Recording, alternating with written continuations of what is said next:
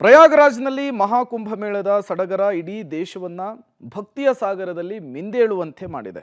ಸಂಗಮ ಪುಣ್ಯ ಸ್ನಾನಕ್ಕೆ ಪ್ರತಿ ಭಕ್ತರು ಮನಸ್ಸು ಹಾತೊರಿತಾ ಇದೆ. ಕುಂಭಮೇಳಕ್ಕೆ ತೆರಳಿ ಅಲ್ಲಿನ ಪವಿತ್ರ ತೀರ್ಥವನ್ನು ತಂದು ಬೆಂಗಳೂರಿನಲ್ಲಿ ವಿಶೇಷ ಪೂಜೆಯನ್ನು ನಡೆಸಲಾಯಿತು. ಎಲ್ಲಿ ಅಂದ್ರ ಇಲ್ಲಿದೆ ನೋಡಿ ಡೀಟೇಲ್ಸ್.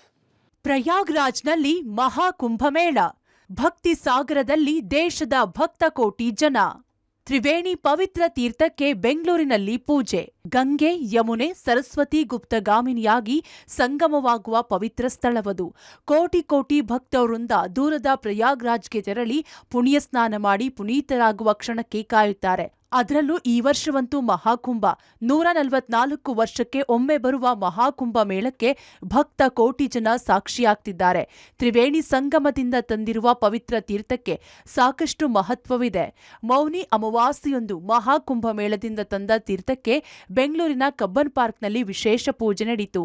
ರುದ್ರಾಕ್ಷಿ ಮರಗಳಿಗೆ ತೀರ್ಥವನ್ನ ಪ್ರೋಕ್ಷಿಸಿ ಇಡೀ ಕಬ್ಬನ್ ಪಾರ್ಕ್ನಲ್ಲಿ ತೀರ್ಥವನ್ನ ಹಂಚಲಾಯಿತು.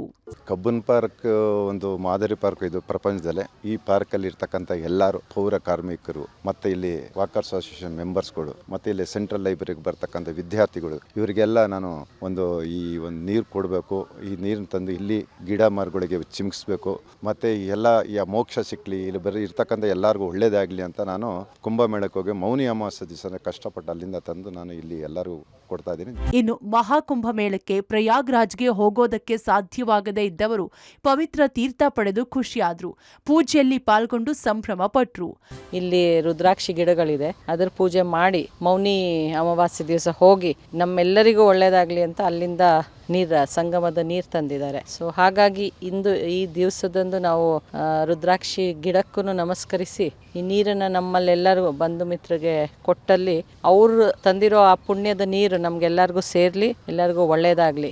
ಮೌನಿ ಅಮಾವಾಸ್ಯೆ ದಿನ ಸಂಗಮದ ನೀರಿಗೆ ಇನ್ನಷ್ಟು ಮಹತ್ವ ಇರುತ್ತೆ ಅನ್ನೋದು ಧಾರ್ಮಿಕ ನಂಬಿಕೆ. ಹೀಗಾಗಿ ಬೆಂಗಳೂರಿನಲ್ಲಿದ್ದು ಮಹಾಕುಂಭದ ತೀರ್ಥ ಪಡೆದು ಜನ ಖುಷಿಯಾದ್ರು. ಪವಿತ್ರ ಕಡ್ತಲ, ಪಬ್ಲಿಕ್ ಟಿವಿ, ಬೆಂಗಳೂರು.